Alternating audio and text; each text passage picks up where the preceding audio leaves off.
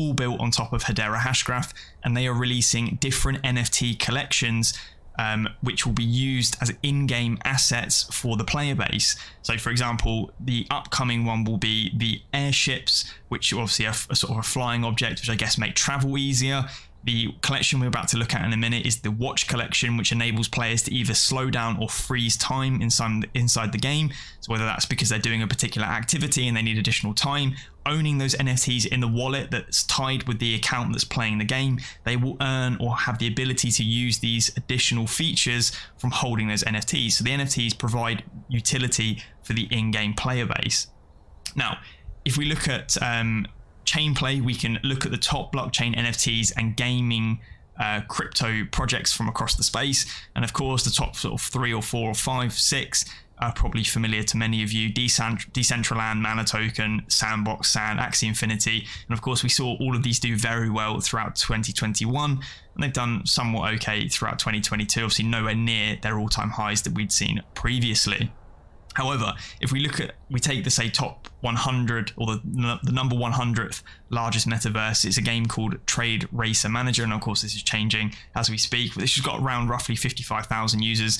And in fact, the 50th largest game is one called 𝗟𝗚𝗡𝗥𝗡𝗥 with around 250,000 users. So even if we start to look at the sort of top 100, and Earthlings.land reaches that sort of player base and market cap and enters that top 100, what we can see is the scarcity of the founders cards, which are the original ones, somewhere around 20,000 Hbar floor price, and things like the watches and the airships and other NFTs that they release in the future will have an unreal amount of scarcity because of the levels that they're releasing them at versus the individual player bases. So if I quickly dig out some figures for how many of these were minted. Okay, so I just went and found one of the tweets that was looking at how many were released and the breakdown of the supply. So we can see 70% of them with this blue Steam watch, 22% were the sort of grey browny colour, 6% gold, 2% were fully black, and we can see the whitelist and the founders card holders took a large volume of those different spots. There were some that were given away, and then obviously some of the public, etc. So the total supply was 2,350 of these individual watches across the different categories that were minted. Now, if we see a player base of 50 to 100,000 different players, we can see that, say, 100,000 players, only 2.3% of the player base is going to be able to hold these at any one given time, which would or should mean that the floor price of these individual NFTs, based on the utility they provide to the in-game player base, is going to be astronomical. Now, again, complete speculation based on that. And we can see these were actually minted via something called Dropper, which is obviously another project which I've covered in the past. If we look at these and we filter by price low to high, we can see the floor price is somewhere around 400 Hbar at the moment. And based on those different statistics, and we say a 10x from basis value from the mint price and higher sort of floor price values based on the different watch kinds we saw there, against the circulating supply each one represents, we could say that a blue watch value could be around somewhere 2,000 Hbar, which would be a roughly 11x from the mint price of 185 Hbar. So these went live on the 27th of August and they were mintable at 185 Hbar. A brown watch value could be somewhere in the region of, say, 6,350 Hbar. So if we come down to the filters on the left, we can see select brown. See at the moment they're worth sub 1,000 Hbar. A gold watch, again getting even more rare now, you could say somewhere in the region of 20,000 Hbar based on player counts and the scarcity of these particular watches from the collection based on the percentage of supply. That's roughly 12 times less supply than the blue one. And the black watch has roughly 35 times less supply, or is more scarce than the blue one.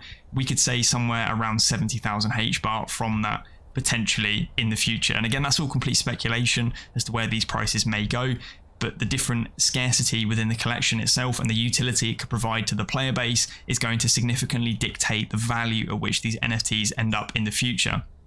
So anyway, hopefully looking at these different sort of collections has shown you guys how you can sort of begin to evaluate the different prices of NFT projects, whether it's worth getting involved with them, what the potential utility of them is, can I earn yield over time, can I then use those tokens they're providing me and put them into something like a yield farm over on Source of Swap Labs, what's going to happen in the future based on speculation. You know, am I just hoping that it's going to become a blue chip project, or is there going to be some other form of demand for this particular NFT in the future going to be arising, i.e. it's being used in a game and the player basis is going to want to use it in order to complete certain missions or earn different rewards. It was a long one, but hopefully it provided you guys with a bit more value. If you did enjoy it though, leave a like, drop a comment if you've got something to say. I do try and respond to them, as many of them as I possibly can. And until the next one, I'll catch you then. Cheers.